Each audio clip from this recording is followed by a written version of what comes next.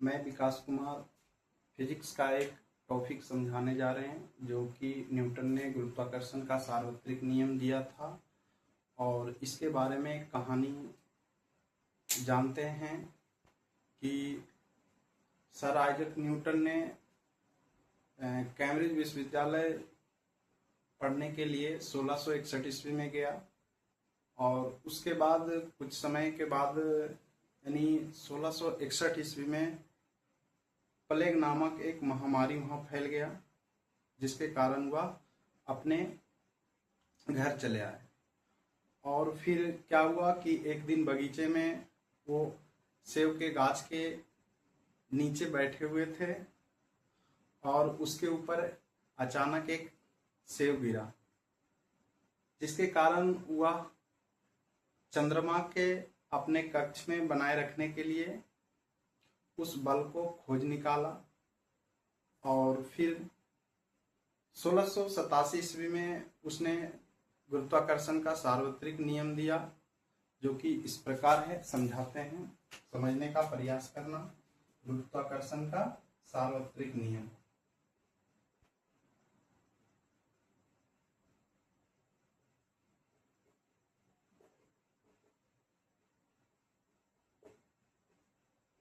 नियम उसने क्या कहा कि दो आकाशीय पिंडों के बीच लगने वाले आकर्षण बल दोनों पिंडों के द्रव्यमानों के गुणनफल के समानुपाती होती है और आकर्षण बल ही दोनों पिंडों के बीच की दूरी के वर्ग के व्युत्क्रमानुपाती होता है। इसने यह नियम दिया, लिख सकते हैं कि दो आकाशीय पिंडों के बीच लगने वाले आकर्षण बल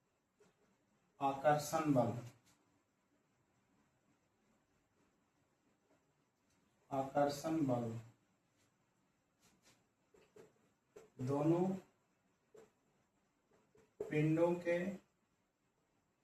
पिंडों के द्रव्यमानों के गुणनफल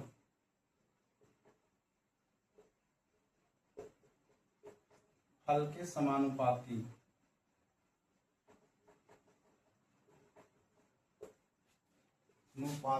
होती है और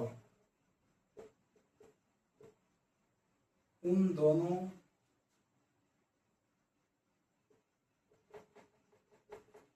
पिंडों के बीच की दूरी के वर्ग के व्युत्क्रमानुपाती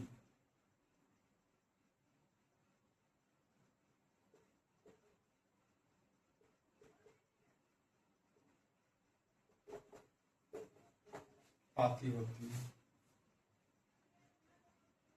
जैसे कि हम देख सकते हैं, क्या कह रहा है नियम कि दो आकाशीय पिंडों के बीच लगने वाले आकर्षण बल दोनों पिंडों के द्रव्यमानों के गुणनफल के समानुपाती होती है और उन दोनों पिंडों के बीच की दूरी के वर्ग के व्युत्क्रमानुपाती होता है। इसको कैसे साबित किया जाता है, तो ध्यान देना कि मान लेंगे कि माना कि दो पिंड M1 और M2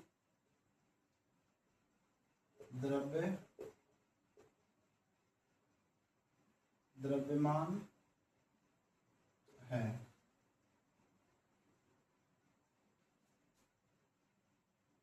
M1 M2 द्रव्यमान की है, जिसके बीच की दूरी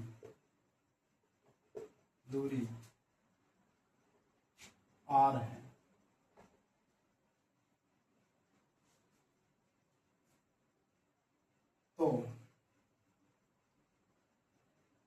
गुरुत्वाकर्षण के सार्वत्रिक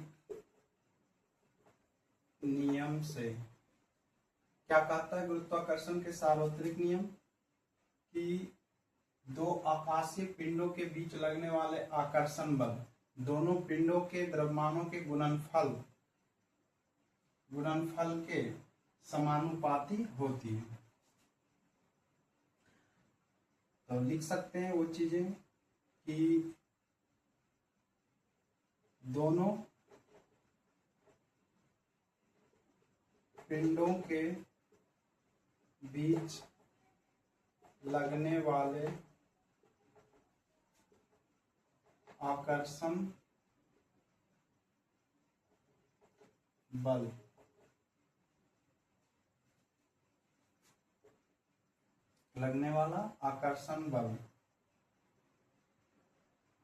F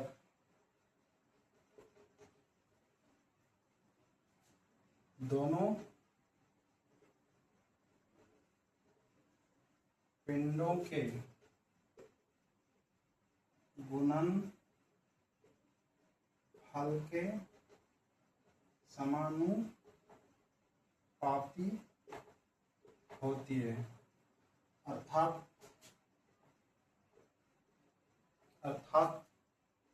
F समानुपाती m1 m2।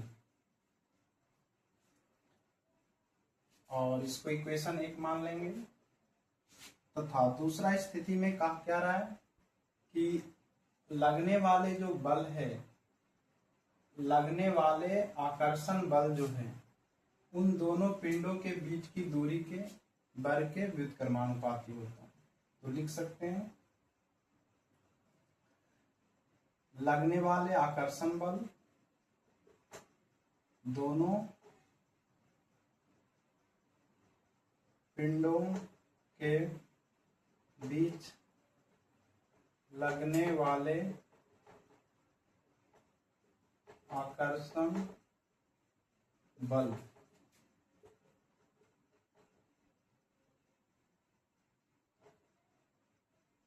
दोनों पिंडों के बीच की दूरी के वर्ग के व्युत्क्रमानुपाती होती है। अर्थात क्या कह सकते हैं, F व्युत्क्रमानुपाती r²। इसको इक्वेशन 2 मान लेंगे।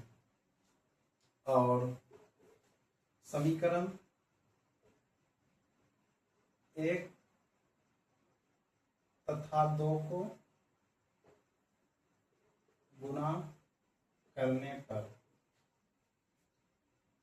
एक क्या है F समानुपाती m1 m2 और दूसरा समीकरण क्या है F व्युत्क्रमानुपाती r²।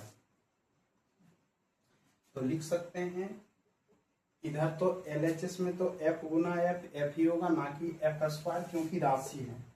राशि का वर्ग नहीं होता, ना तो घन होता है। राशि गुना राशि होंगे, F होंगे। और LHS में F ही होगा और RHS में m1 m2 गुने 1/r²।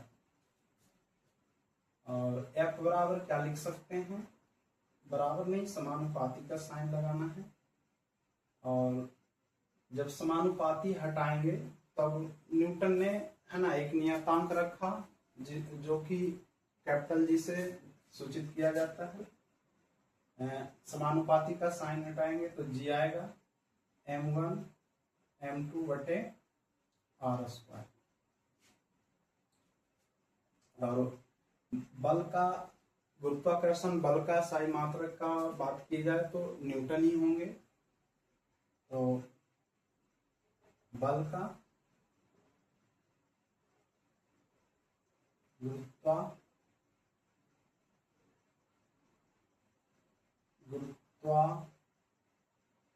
कर्षण बल का SI मात्रक न्यूटन होता है। और यदि G का मान बात किया जाए तो सर हेनरी कैवेंडिश ने सुग्राही तुला का प्रयोग करके G का मान निकाला था। लिखना चाहेंगे तो G के बारे में लिख सकते हैं कि यहाँ F तो बल है, G क्या है,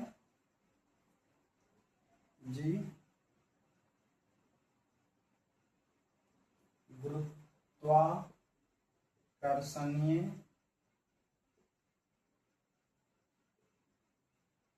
नियतांक।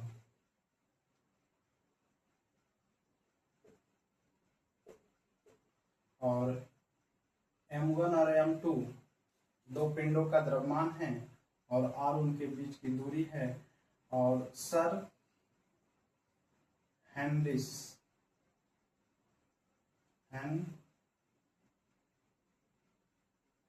चलो पहले लिख लेते हैं जी का मान कैसे निकाला उसने।